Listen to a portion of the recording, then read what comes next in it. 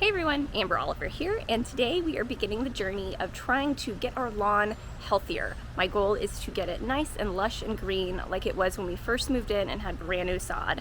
Now, the Texas summers are pretty harsh, and we tried keeping up with hand watering the lawn, and it just was not working out. So last summer we did get a sprinkler system installed, but there's more to it than just watering. So today I'm going to start by dethatching the lawn. So I'm going to show you what this process looks like. I've never tried it, so we're going to do it together. And I've already mowed the grass. It's the first mowing of the year, the big spring mow where I've cut it down pretty low, and we're going to go through and get all the dead old growth out of there so that our lush green healthy grass can grow through. So let's get started.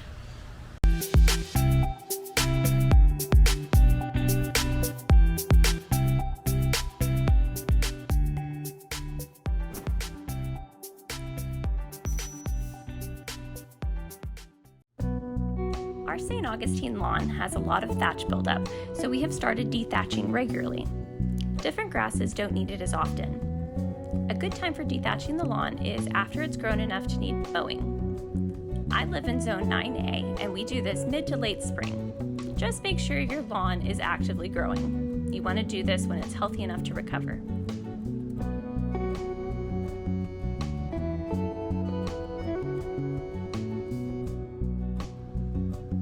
The dethatcher is easy enough to use. Just plug it in and walk behind it.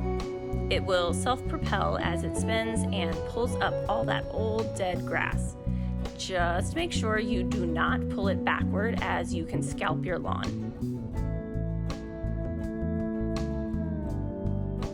After the dethatching is done, you'll see it looks pretty ugly. But now, when you fertilize and water, all the nutrients your lawn needs can get down to the roots. You'll have a healthy, lush green lawn in no time.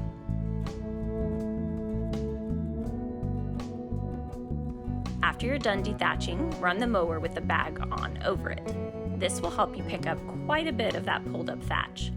Then you have to rake. It is a lot of work, but I promise you, it's worth it.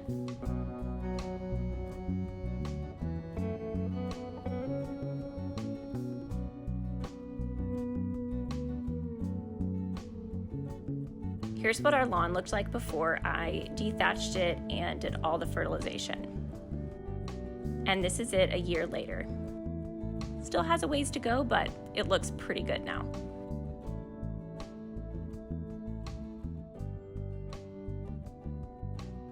As part of our spring lawn care, we also check and test each of our sprinkler zones and make sure everything is working properly and no adjustments are needed.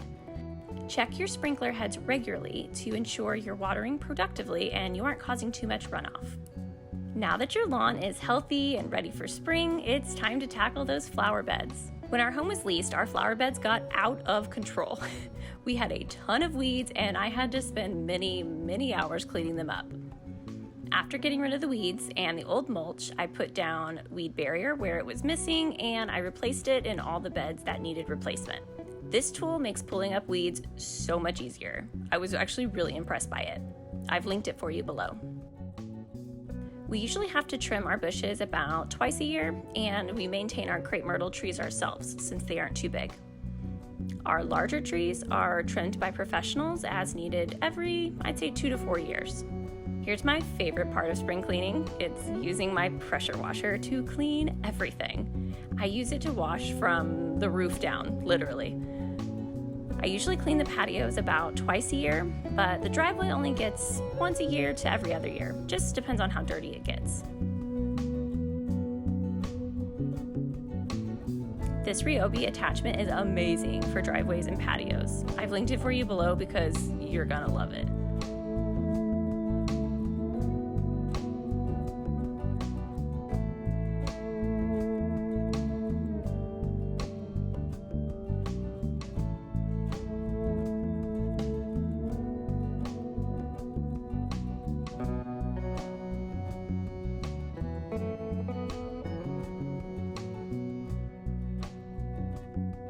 Cleaning the fence only gets done every few years or so. I've got a video all about this process for both cleaning and staining your fence. As I'm cleaning, I also like to touch up paint, especially on my front and back door, as both of those are painted, bright, cute colors.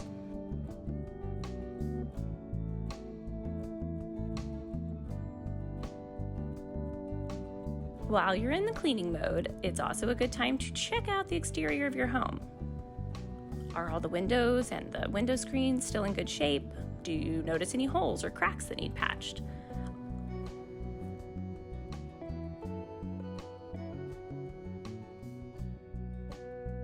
Our garage siding had to be replaced. Honestly, it's better to do the maintenance than to have more damage done in the future. Just take care of things as you see them. You'll thank yourself later.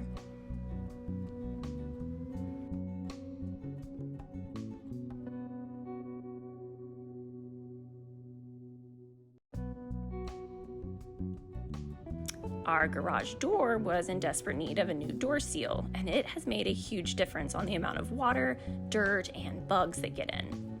We now have an electric car that gets charged in here each night, and we want to make sure our garage is as weatherproofed as possible.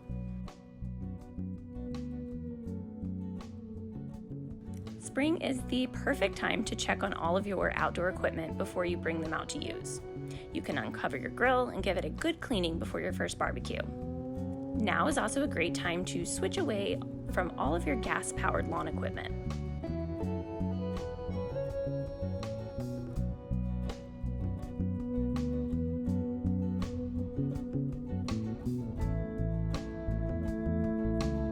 We've been making both large and small changes around our home in order to lower our carbon footprint. With the help of Ryobi tools, we replaced all of our gas-powered lawn equipment with battery-powered ones.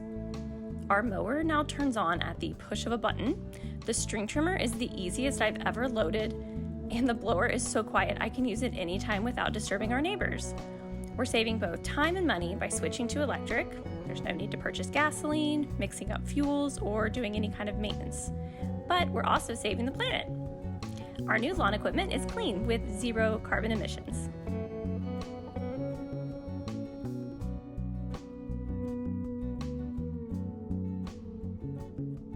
This, of course, is not an exhaustive list. As any homeowner knows, the repairs are never ending.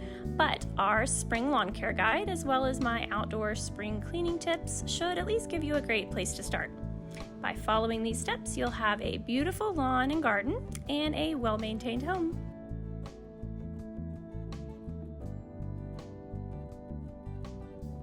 Thank you for watching. I'll see you in my next video.